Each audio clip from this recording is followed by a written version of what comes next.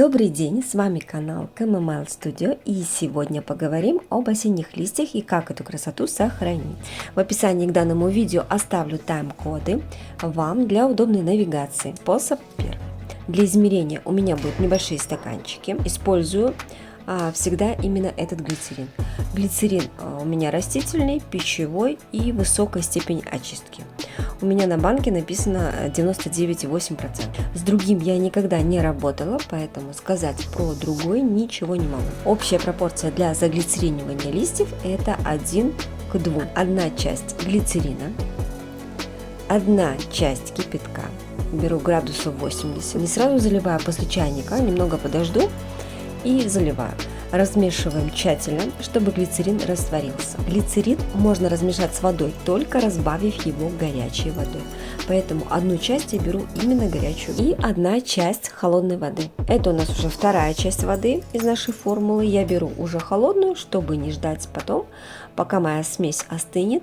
И чтобы сразу мне погрузить листья. Кладем листья в наш прохладный раствор. Прижимаем сверху и оставляем дней на 5. Способ 2. Добавлением краски. Это мой эксперимент, раньше я так делала. Краску использую для окрашивания. Всегда вот эту, другую не экспериментировала. Это флористический краситель Lotus, цвет сизый.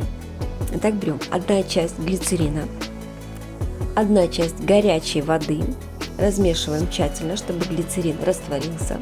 Глицерин можно размешать с водой, только разбавив его горячей водой, поэтому одну часть я беру именно горячую воду. Одна часть холодной воды. Это у нас уже вторая часть воды, и я беру уже холодную, чтобы не ждать, пока смесь моя остынет. Но так как я хочу добавить краску, я в этот стакан налью половину воды и остальную часть краски. Можно было бы и весь стакан залить краской, но она какая-то очень насыщенная, поэтому я разбавлю. Кладем листья в наш прохладный синющий раствор и прижимаем сверху и оставляем дней на 5.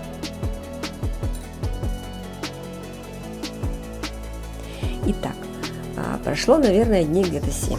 Я достала свои заготовки и достаю листья из раствора. Я выкладываю их сначала на бумажное полотенце на пару часов, чтобы убралась лишняя влага.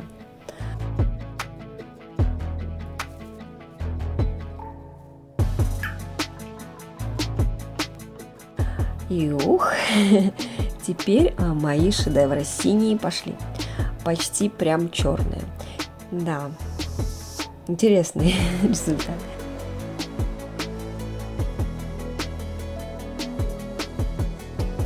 И затем я перекладываю на сухое уже бумажное полотенце, и так они лежат у меня пару дней. Потом убираю их в коробочку для своих поделок. Что хочу отметить. Для некоторых листьев требуется больше времени нахождения в растворе. Именно те, которые плотные.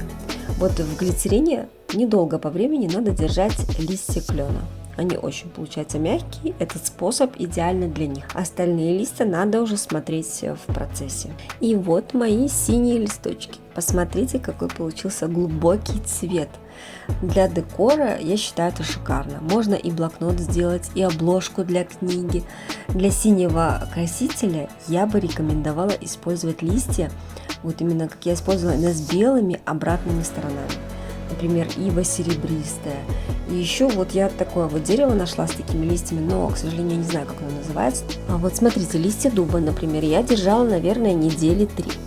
Их достаешь, очень красивый цвет и эластичный. Но вот они полежали у меня в коробочке пару дней, и глицерин испарился, и они стали ломкими. Поэтому дуб я бы рекомендовала стабилизировать через ствол, а не через такой раствор.